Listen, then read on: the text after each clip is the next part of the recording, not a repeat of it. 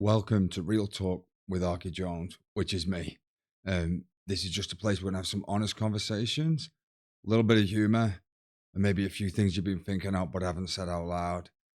Today we're going to look at what made Orwell right, but I'm going to just try to riff off a couple of the old classic dystopians. So let's just get straight into it, guys. So I got thinking the other day, yeah, what if Orwell was right? Yeah. All right. Look, let's just get into this. Let's just get this out there.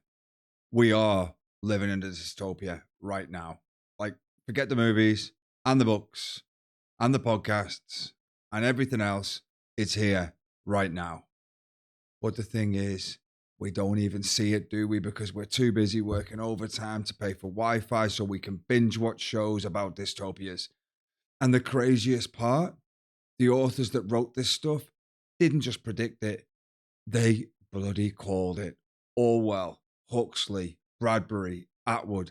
They basically handed us the playbook and we're following it like it's gospel. Yeah. We following it like it's written by God himself.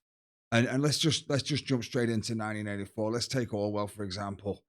Big Brother is watching. Everyone's terrified of government spying on them. And yeah, okay, the government's definitely watching, but they're amateurs compared to your boss, aren't they, hey? You got Slack, you got Teams, you got Zoom. You're one email away from a productivity chart being sent to HR. And don't even get me started on your phone. You ever think about buying a new pair of trainees, hey? And then suddenly Nike ads are stalking you across every app.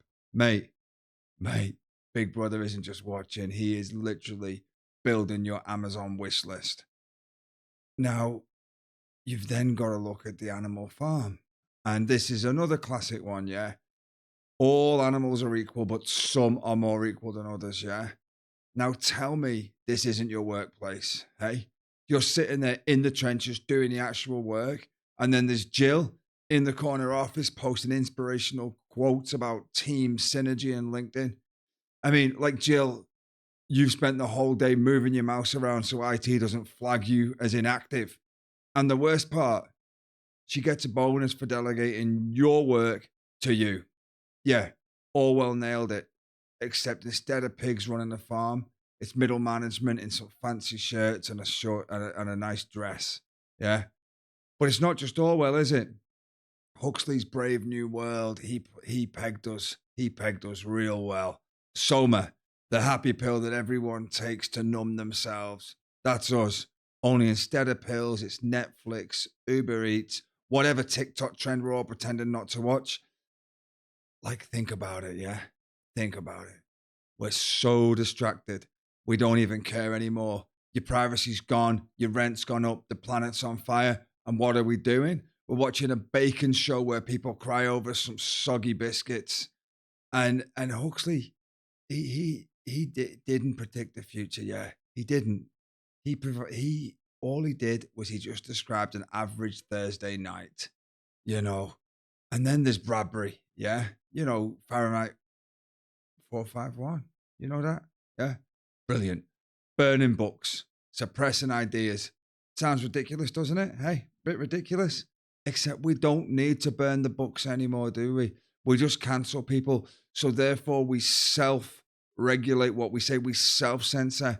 Someone, they tweet something dodgy in 2009, and then that's it, they're done. Their career, their reputation, poof, up in flames. And sure, sometimes it's deserved. But 99% of the time, it's just the mob piling on because they're bored.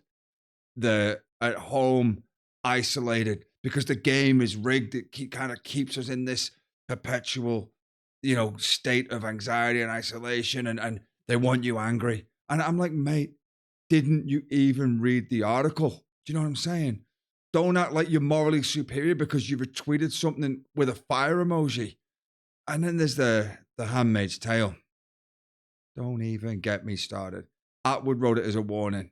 And now half the world's like, actually, that sounds like a solid policy plan. Human rights are getting chipped away bit by bit. Freedom of speech is evaporating. And people are just like, oh, well, at least my Uber delivery is fast and I've got Wi-Fi. It's like we're too tired to care anymore. But honestly, who can blame us? between the cost of living and the 8 million subscription services. You just need to keep up with the basic entertainment. It's exhausting. You got to pick your battles right. You can't fight the patriarchy and figure out which apps has the rugby, soccer, footy this week, hey? Along with all the other shite that we watch. It's all. If it wasn't so serious, this would just be one big joke, wouldn't it? And that's the thing, isn't it? That's the thing. It's not just these big dramatic moments when you realize you're in a dystopia. It's the little stuff. It's standing in line at Aldi, watching people scan their own groceries while some manager stares at them like they're trying to smuggle a watermelon out up their ass, and your boss sending you a work-life balance email at 9 p.m. It's that moment.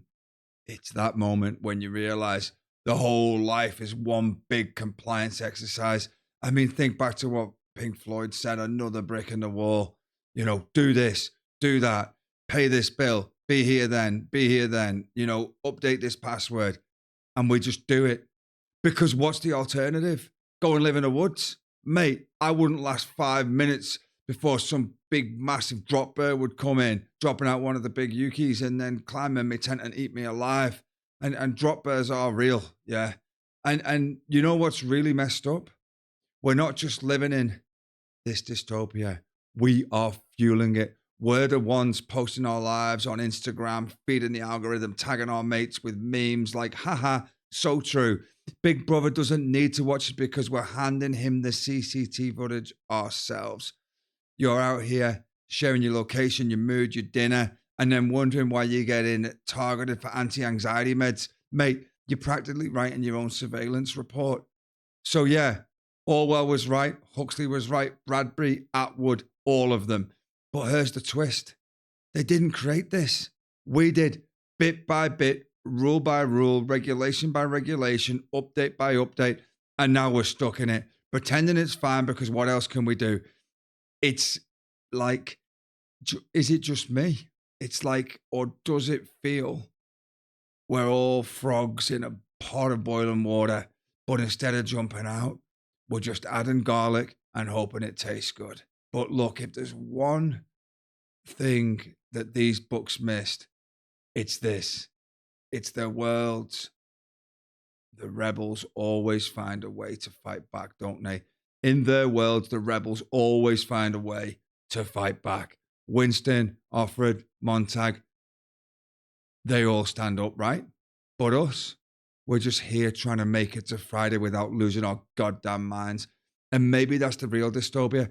It's not the surveillance or the rules or the grind, but the fact that we convince ourselves that this is just how life is meant to be. Thanks for listening, guys. This is a little bit of fun, supposed to be enjoyable, just a bit of a riff, but also a little bit of a slap in the face, bit of a wake-up call. Please like, please subscribe, please watch my other videos, please support me if you can. I appreciate you. Peace out. Cheers.